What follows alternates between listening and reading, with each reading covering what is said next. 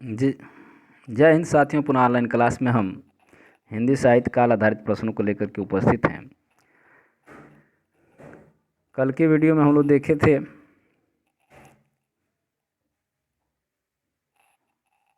अव्यय शब्द। आज हम लोग देखेंगे काल आधारित प्रश्नों को। आज का पहला प्रश्न है, क्रिया के उस रूपांतरण को क्या कहते हैं जिससे उसके कार्य व्यापार के समय और उसकी पूर्ण अथवा अपूर्ण अवस्था का बोध हो, तो उसे क्या कहते हैं? काल कहते हैं। यानी पूर्ण होने या अपूर्ण होने का बोध समय से होता है, काल से होता है। क्रिया के उस रूपांतरण को काल कहते हैं जिसमें उसके कार्य व्यापार के समय उसके पूर्ण अथवा अपूर्ण अवस्था का बोध होता है। काल के 3 प्रकार होते हैं, वर्तमान काल, भूतकाल, भविष्य काल।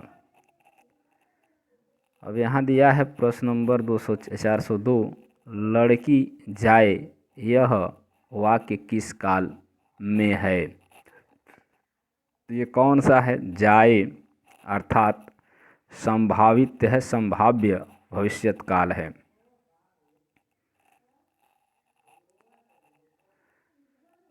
लड़की जाए भविष्य, संभाव्य भविष्य काल का वाक्य है। क्रिया का वह रूप जिसके द्वारा आने वाले समय में क्रिया की संभावना पाई जाए उसे संभाव्य भविष्यत काल कहते हैं। मैंने आम खाया, मैंने आम खाया यह वाक्य किस काल को प्रदर्शित करता है? तो खाया यानी भूतकाल, ये विकल्प सही है। मैंने भात खाया वाक्य में आसन्न भूतकाल है। आसन्न भूतकाल में क्रिया की समाप्ति निकट भूतकाल में या तत्काल की ही सूचित होती है। जैसे मैं चला हूँ। वस्तुतः जिससे क्रिया के कार्य की समाप्ति का बोध होता है उसे ही भूतकाल कहते हैं। अगला प्रश्न है, मोहन ने पढ़ा यह वाक्य संदिग्ध भूतकाल में है। में होगा, क्या होगा? बी विकल्प, मोहन ने पढ़ा होगा।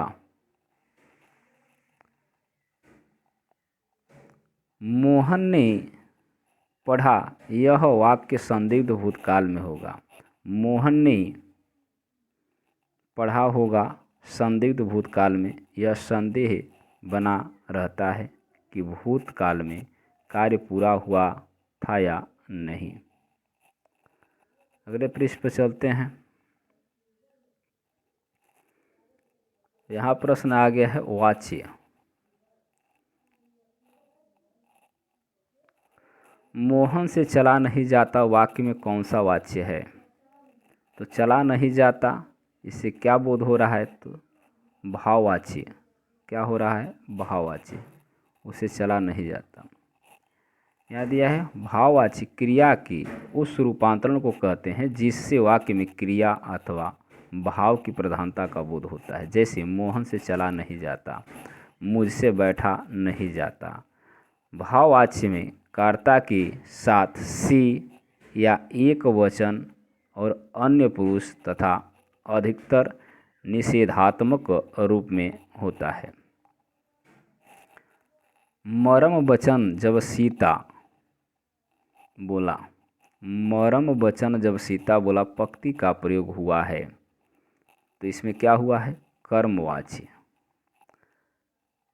अब इसको समझते हैं। यहाँ पे व्याख्या के अनुसार क्रिया के विशुद्ध रूप के बारे में आचार्य रामचंद्र शुक्ल ने जायसी ग्रंथावली की भूमिका से लिखा है। पद्य में कभी कभी वर्तमान काल की रूप के स्थान पर संक्षेप के लिए धातु का रूप रख दिया जाता है। जैसे दिया है, हौं अंधा जेही सूझ न पीठी, सूझ सूझती है। ख दिया है, बिनु गए बिरछी निपात जिमी, ठाठ ठाठ पै सुख, सुख यहाँ का सुखता है। उक्ति व्यक्ति प्रकरण में क्रिया के ऐसे शुद्ध रूपों को की बहुतायत है। वहाँ पद्य लिखते समय क्रिया रूप को संक्षिप्त करना आवश्यक न था। शुक्ल ने एक रोचक उदाहरण तुलसीदास से दिया कि मरम बचन जब सीता बोला। यहाँ बोला वास्तव में बोल है, छंद की दृष्टि से संक्षिप्त न होकर और विस्तृत हो गया है। ऐसे पदों का एक उदाहरण जायसी से दिया है। देखी चरित पद्मावती हंसा। शुक्ल जी कहते हैं कि बोला और हंसा वास्तव में बोल और हंस हैं, जो छंद की दृष्टि से दीर्घांत कर दिए गए हैं। कहने की आवश्यकता नहीं कि संक्षिप्त रूपों का व्यवहार दोनों लिंगों की में समान रूप से हो सकता है। तुलसीदास जायसी कर्मवाच्य प्रयोगों से परिचित थे और रामचरितमानस में ऐसी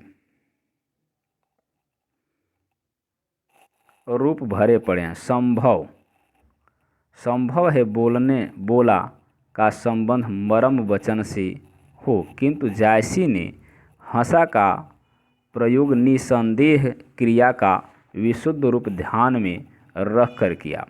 प्रस्तुत वाक्य में क्रिया में कर्म की प्रधानता है, अतः स्पष्ट है यहाँ कर्म वाच्य है। अगला प्रश्न है, राम रोटी नहीं खाता है, इस वाक्य में का कर्म वाच्य रूप है, तो इसमें क्या होगा? राम रोटी नहीं खाता है, अर्थात राम से रोटी नहीं खाई जाती है।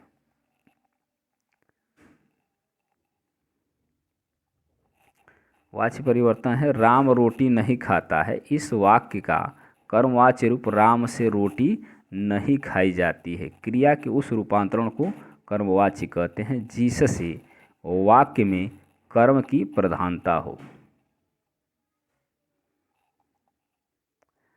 अब यहाँ से प्रत्यय प्रारंभ है, तो निम्नलिखित शब्दों के मूल शब्द तथा उसमें लगे प्रत्यय का एक युग्म गलत है। सुंदरता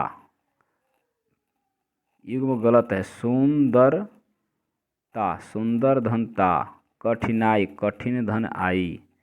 बचपन यहाँ बचपन है, बच धनपन। पाँचवा यानी पाँच धन वा।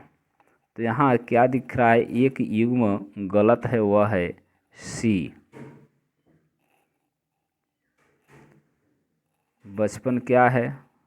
तो पन प्रत्यय नहीं है, अतः यहाँ पे क्या होगा? विकल्प सी। इसमें क्या लगा है? शब्द में लगा प्रत्यय गलत है, शेष क्या है? लगे प्रत्यय सही हैं। यानी यहाँ पे आप लोग देख लेंगे वाह होता है पाँचवा, छठवां, सतवां।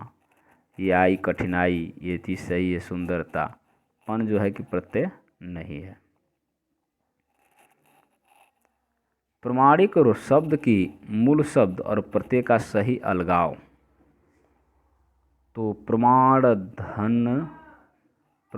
धन इक होना चाहिए, तो इसमें आपका क्या है? बी विकल्प है। यहाँ दिया है इक प्रत्यय लगाकर प्रमाणिक बना है। अगला प्रश्न, निम्नलिखित में से कौन सा तद्धित प्रत्यय वाला शब्द नहीं है? तो इसमें क्या है? डी सजावट, क्योंकि यह धातु है, क्रिया है, तो ये तद्धित नहीं होगा। अब यहाँ दिया है कृत होगा। सजावट शब्द में मूल शब्द क्या है? सज धातु है, जिसमें कृत प्रत्यय आहट के जुड़ने से सजावट शब्द बना है। इस प्रकार सजावट शब्द कृत प्रत्यय, जबकि अन्य विकल्पों में तद्धित प्रत्यय हैं, यानी संज्ञात्मक होते हैं, संज्ञा के साथ जो होते हैं। वह क्रिया या धातु के अंत में लगने वाले प्रत्यय को कृत प्रत्यय कहते हैं, और संज्ञा सर्वनाम अथवा विशेषण के अंत में लगने वाले प्रत्यय को क्या कहते हैं? तद्धित प्रत्यय कहते हैं। याद रखना है, तद्धित प्रत्यय संज्ञा सर्वनाम और विशेषण के अंत में जो लगते हैं तद्धित प्रत्यय कहलाते हैं, क्रिया के साथ लगने वाले कृत प्रत्यय कहलाते हैं। निम्नलिखित में से किस शब्द में तद्धित प्रत्यय का प्रयोग हुआ है? तो तद्धित प्रत्यय का जहाँ लगा होगा तो अभी हम लोग देखे हैं तद्धत प्रत्यय। तो तद्धत प्रत्यय क्या होता है? तो जो संज्ञा के साथ लगते हैं, तो यहाँ क्या है? वासुदेव। और वासुदेव में क्या लगा है? संज्ञा सर्वनाम तो विशेषण के अंत में लगने वाले प्रत्यय को तद्धत कहा जाता है। वासुदेव शब्द में तद्धत प्रत्यय अजुड़ा है, जो वासुदेव शब्द से बना है। वासुदेव पूज्य, करणी और पाठक शब्द कृत या कृदंत प्रत्यय बने हैं। अगला प्रश्न है, किस शब्द में तद्धत प्रत्यय का योग है? तो इसमें है सुनहरा। ए विकल्प सही है।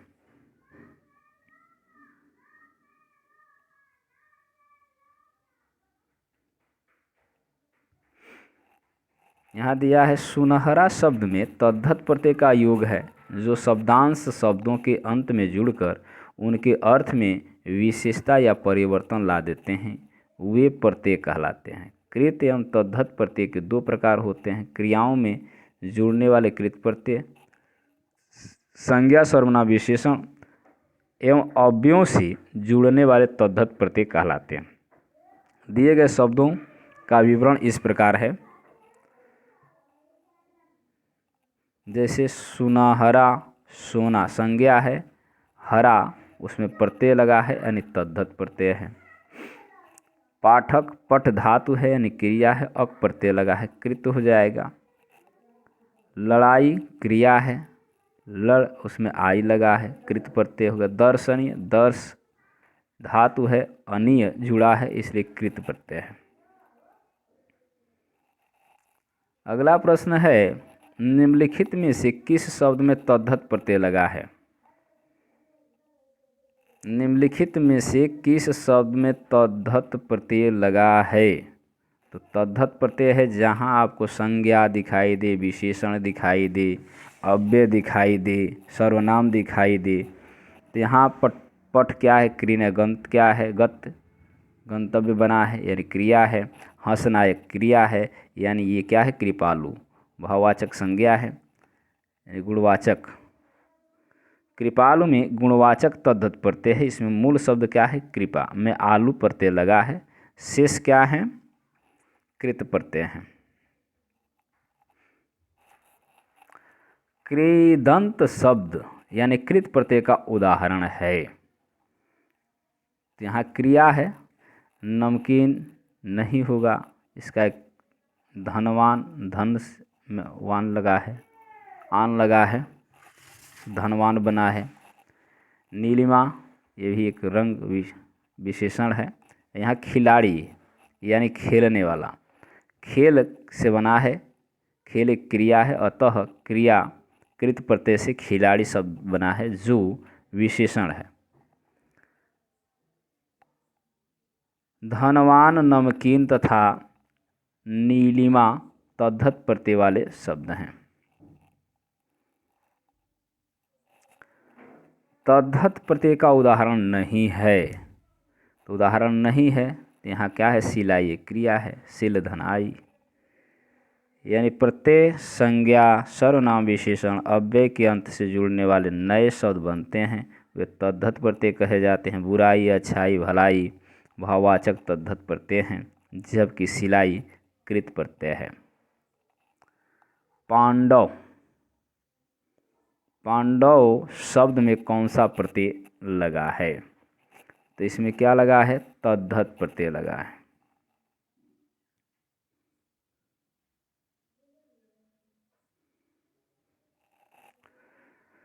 संज्ञा, सर्वनाम, विशेषण के अंत में लगने वाले शब्द क्या कहलाते हैं? प्रत्यय क्या को तद्धत प्रत्यय कहा जाता है? पांडु में य प्रत्यय लगाने से पांडव बना है।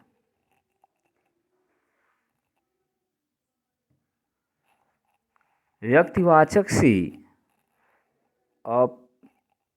अपत्यवाचक संज्ञाएं किसी नाम के अंत में तद्धत प्रत्यय जोड़ने से बनती हैं। जैसे वासुदेव, तो वासुदेव में क्या अ तद्धित प्रत्यय जुड़ा है, जुड़कर बना है। कौंती से कौंते बना है, यानी ए जुड़ा है, ये भी क्या होगा, तद्धित प्रत्यय जुड़ करके बना है। कुरु से कौरव बना है, तो इसमें क्या जुड़ा है, अ तद्धित प्रत्यय जुड़ करके बना है। पृथा यानी पार्थ, इसमें अ तद्धित प्रत्यय जुड़कर बना है। अब दिया गौरव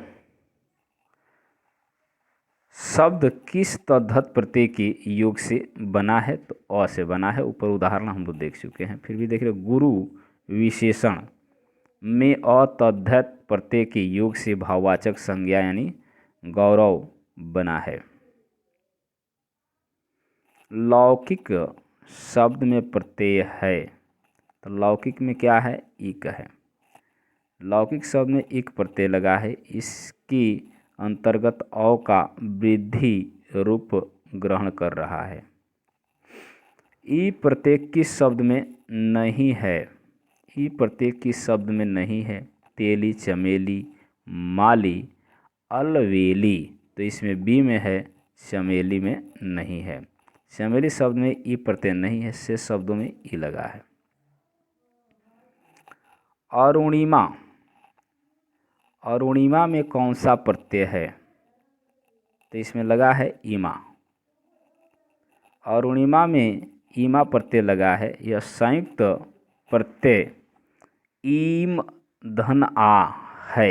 नीलिमा, माधुरिमा आदि में ईमा प्रत्यय से बने शब्द हैं। अगला प्रश्न है आपका, निम्न में से प्रत्यय शब्द रहित है, किसमें प्रत्यय नहीं है, तो इसमें क्या है, दुर्गुण, क्योंकि इसमें उपसर्ग लगा है। दुर्गुण प्रत्यय रहित शब्द है, क्योंकि दुर्गुण में दूर उपसर्ग है। दर्शनीय में दृश्य धातु अनीय प्रत्यय लगा है। भिक्षुक में भिक्ष धातु उक प्रत्यय लगा है। कृत में कृत धातु तव्य प्रत्यय का प्रयोग किया गया, अतः विकल्प भी सही है।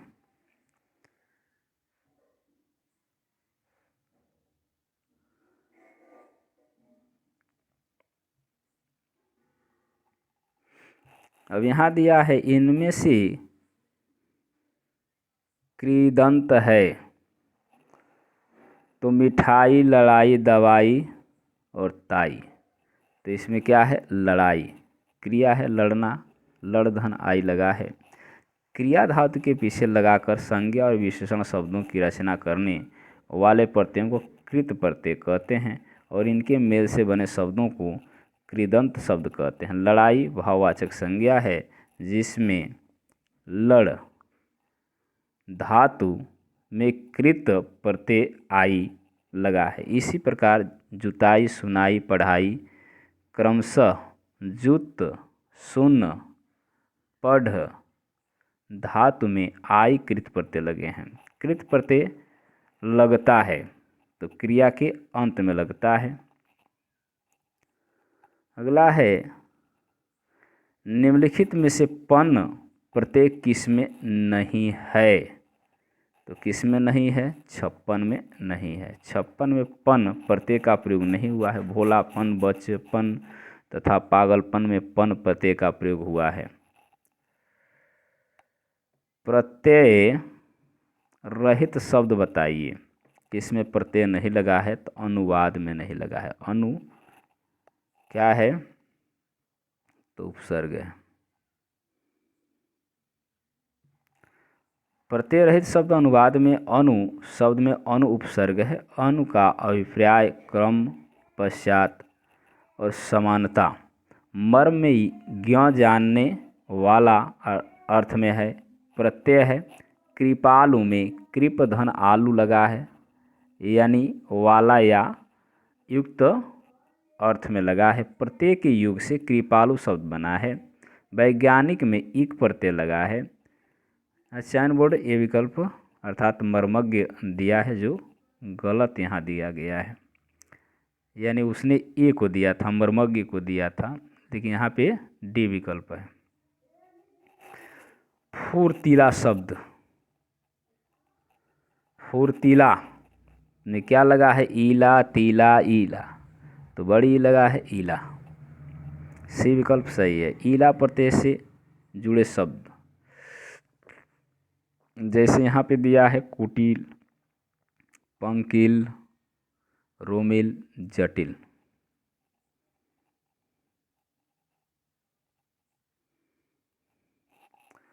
कौन सा देशज प्रत्यय का उदाहरण नहीं है, तो यहाँ सी है उच्चतर, बाकी सब अड़ियल, फर्राटा और घुमक्कड़ सब क्या हैं, देशज प्रत्यय हैं।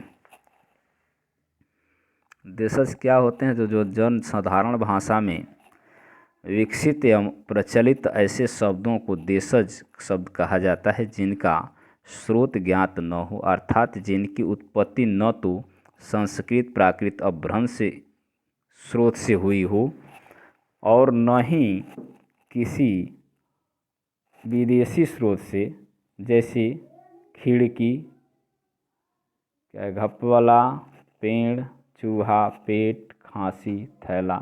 कुछ देशज शब्द अनुकरणात्मक भी होते हैं, जैसे म्याऊं म्याऊं, क्या है, चिपचिपा, चूं चूं, पिलपिला, फटफटिया, फर्राटा, अड़ियल, मरियल, सड़ियल, घुमक्कड़, भुलक्कड़, पियक्कड़ इत्यादि।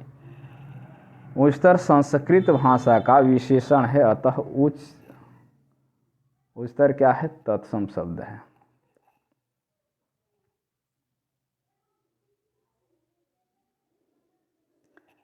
निम्नलिखित विकल्प में उस विकल्प का चयन करें जो प्रत्यय से बने शब्द का सही विकल्प नहीं है।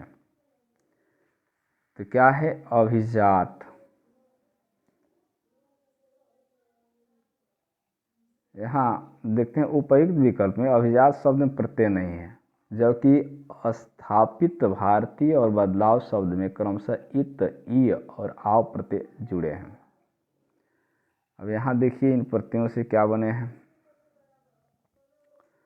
एक प्रत्यय से बने शब्द लौकिक, अलंकारिक, आधुनिक, सार्वजनिक। बड़ी प्रत्यय से क्या होते हैं, तेली, माली, अलवेली, भीतरी, लालची।